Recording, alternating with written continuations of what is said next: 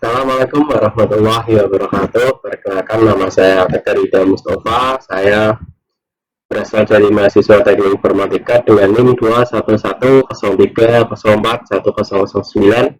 Di sini saya akan melaksanakan tugas yang diberikan pada mata kuliah Pola dan Arsitektur Perangkat Lunak yang diampu oleh beliau Bapak Fandi Indra Pratama Skom Mkom, yaitu mengenai tugas untuk mereview materi yang telah diberikan antara lain dalam mata kuliah PAPL atau Pola dan Arsitektur Perangkat Lunak. Langsung saja untuk materi yang pertama, yaitu materi mengenai layer pattern.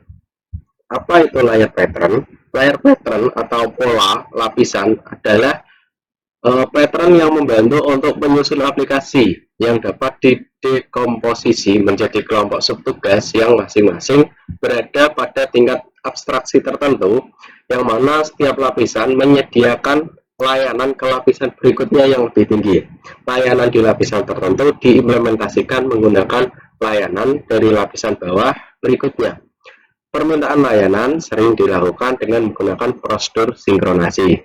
Nah, dari layanan layer pattern ini ada beberapa keuntungan. Keuntungan yang pertama antara lain, lapisan yang lebih rendah dapat digunakan oleh lapisan yang lebih tinggi yang berbeda. Misalnya lapisan TCP dari TCP IP atau Telnet atau VTP dapat digunakan pada berbagai lapisan. Kemudian keuntungan yang kedua, lapisan membuat standarisasi lebih mudah. Misalnya tingkat abstraksi yang didefinisikan dengan jelas dan diterima secara umum, memungkinkan untuk mengembangkan tugas dan antarmuka yang standar. Nah, keuntungan yang ketiga, dependensi tetap lokal. Ketika sebuah lapisan menunjukkan antarmuka yang disetujui ke lapisan di atas dan mengharapkan antarmuka yang disepakati dari lapisan di bawahnya, perubahan dapat dilakukan di dalam lapisan tanpa memengaruhi lapisan lain. Misalnya pada lapisan business layer ada masalah, maka dari presentasi layer, business layer, presentasi layer itu yang dirubah hanya di business layer. Jadi hanya pada layer tersebut kita merubahnya. Seperti itu, tidak usah merubah lapisan lain. Ini berarti pengembang dapat menguji lapisan tertentu secara independen dari lapisan lain, seperti itu, dan juga dapat mengembangkannya secara mandiri. Nah, dari layer pattern ini kita mengambil contoh bahwa yang kita lihat di sini adalah contoh layer pattern atau dari layer arsitektur. Kita lihat ada 4 layer. Yang pertama dari presentasi layer, kemudian bisnis layer, kemudian presentasi layer, dan juga database layer. Di sini ada 2 panah. Panah yang pertama adalah panah hitam yang menunjukkan permintaan mengalir ke database untuk mengambil data pelanggan. Kemudian panah yang kedua adalah menunjukkan respon mengalir kembali ke layar untuk menampilkan data. Jadi dari atas ke bawah, kemudian ke bawah ke atas. Nah, ini secara berurutan mulai dari presentasi layar, turun ke bisnis layar, kemudian turun lagi ke presentasi layar, kemudian yang terakhir adalah ke database untuk mengambil data dari pelanggan. Kemudian setelah data itu didapat, maka akan kembali ke atas secara berurutan dari database layar, kemudian presentasi layar, kemudian ke bisnis layar, kemudian ke presentasi layar. Nah, kenapa tidak diizinkan untuk loncat lapisan? Jadi mengapa tidak mengizinkan lapisan presentasi mengakses langsung ke lapisan presentasi layar atau lapisan basis data, sedangkan akses database langsung dari lapisan presentasi jauh lebih cepat daripada melalui banyak lapisan. Jadi dari presentasi layar ini ketika langsung ke database layar apakah diperbolehkan? Jawabannya adalah terletak pada konsep kunci yang disebut dengan layer of isolation. Apa itu layer of isolation? Layer of isolation berarti bahwa perubahan yang dibuat dalam satu lapisan arsitektur umumnya tidak berdampak atau mempengaruhi komponen lapisan lain, misalnya perubahan di isolasi ke komponen di dalam lapisan dan memungkinkan lapisan terkait lainnya itu seperti presentasi layar yang berisi SQL. Jika Anda mengizinkan atau teman-teman itu misalnya mengizinkan, maka lapisan presentasi akses langsung ke lapisan presentasi layar, maka itu perubahan yang dibuat di dalam SQL. Lapisan presentasi akan berdampak pada lapisan bisnis dan lapisan presentasi, sehingga menghasilkan aplikasi yang sangat erat dengan banyak ketergantungan antar komponen. Atau jenis arsitektur ini atau konsep layer of isolation ini menjadi sangat sulit dan mahal untuk diubah seperti itu. Nah, kemudian langsung ke contoh yang kedua atau materi yang kedua, yaitu mengenai client server. Apa itu client server? Client server adalah komponen yang terdiri dari client dan server. Apa itu server? Server adalah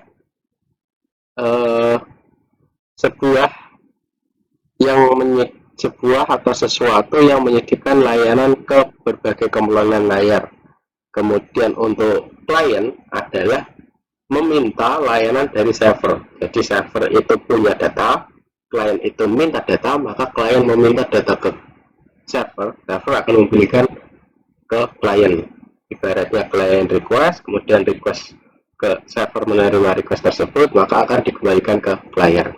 Nah, server akan aktif secara permanen mendengarkan si klien. Nah, dari client server ini mempunyai beberapa kekurangan. Kekurangan yang pertama, permintaan diproses setelah sampai ke server. Jadi semisal si server ini tidak menerima requestan secara jelas, maka server akan menolak. Itu.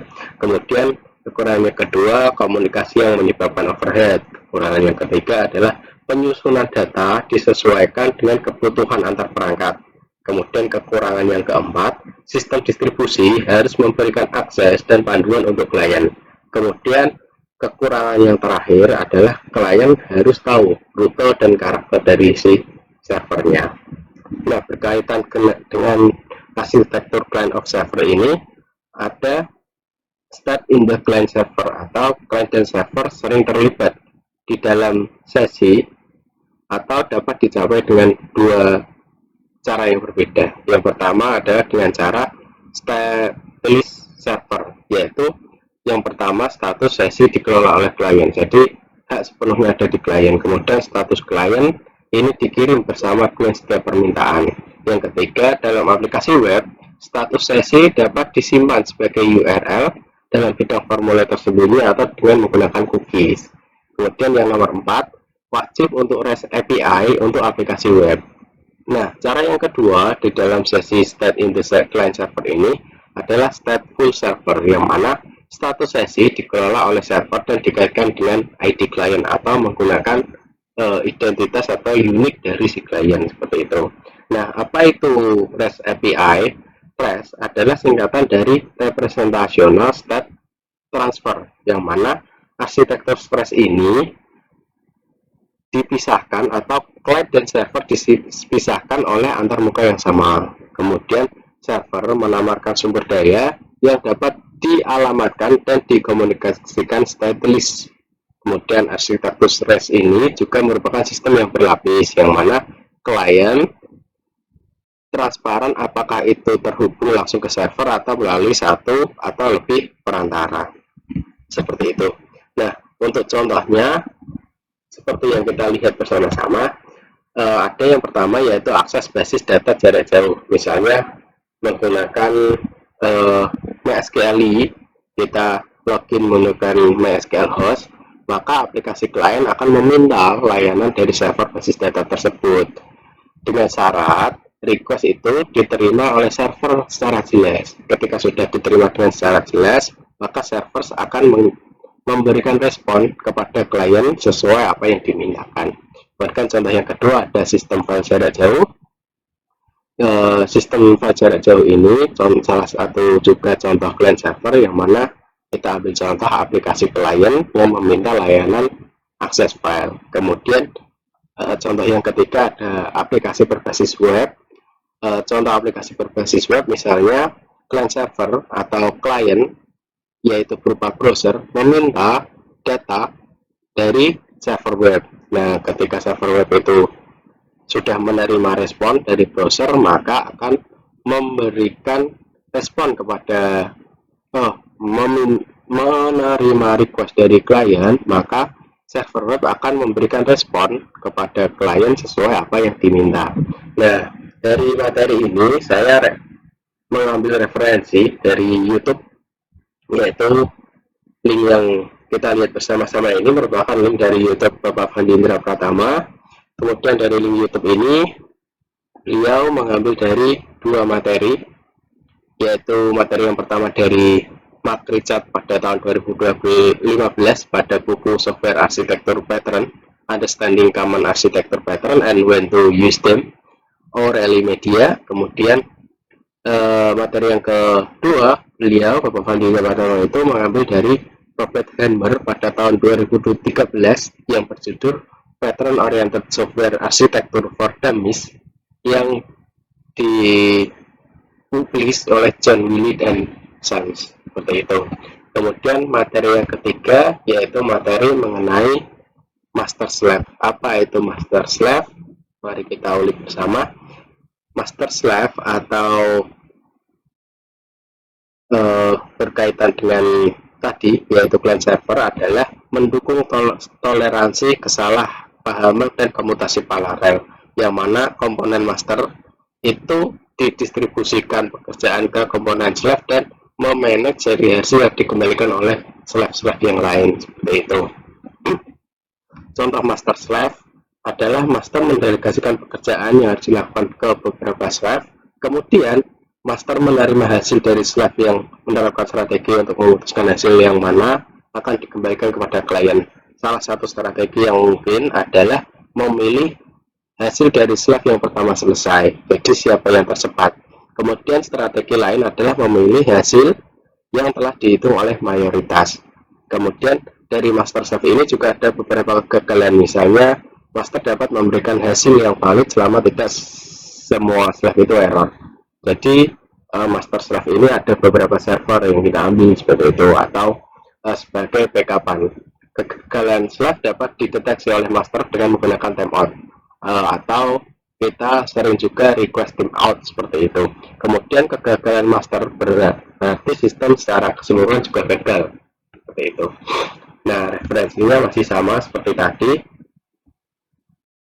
Nah, dari master slave ini ada juga beberapa masalah. Semisal dari masalah master slave ini, pekerjaan yang terpisah membuat maintenance server dan coding semakin banyak. Jadi karena master slave ini berpisah-pisah, slave 1, slave 2, slave 3, ketika ada maintenance dan codingnya semakin banyak tentunya, karena ada beberapa slave-slave yang lain, seperti itu. Kemudian masalah yang kedua, antara lain slave harus selalu siap menerima request dari router. Jadi slave 1, slave 2, slave 3 juga semuanya harus siap, tidak hanya slave 1 yang siap, slave 2 tetapi tidak siap, seperti itu juga tidak bisa, maka akan timbul masalah-masalah yang baru. Kemudian latensi dalam komunikasi master slave dapat menjadi masalah, misalnya dalam sistem waktu yang nyata, master dan slave harus hidup dan dalam proses waktu yang berbeda. Nah, itu akan timbul masalah. Jadi latensi dalam komunikasi master slave dapat menjadi masalah jika dalam sistem waktu yang nyata, yaitu berbeda. Misal master dan slave hidup dalam proses dan waktu yang berbeda. Jadi antara master dan slave 1, 2, dan 3 ini ada di berbagai benua, maka waktunya itu kan beda. Nah, itu juga harus kita samakan terlebih dahulu, seperti itu. Lanjut kita ke bab 4, yaitu mengenai bit filter. Apa itu bit filter? Bit filter adalah filter pattern yang menyediakan struktur untuk sistem yang menghasilkan aliran data.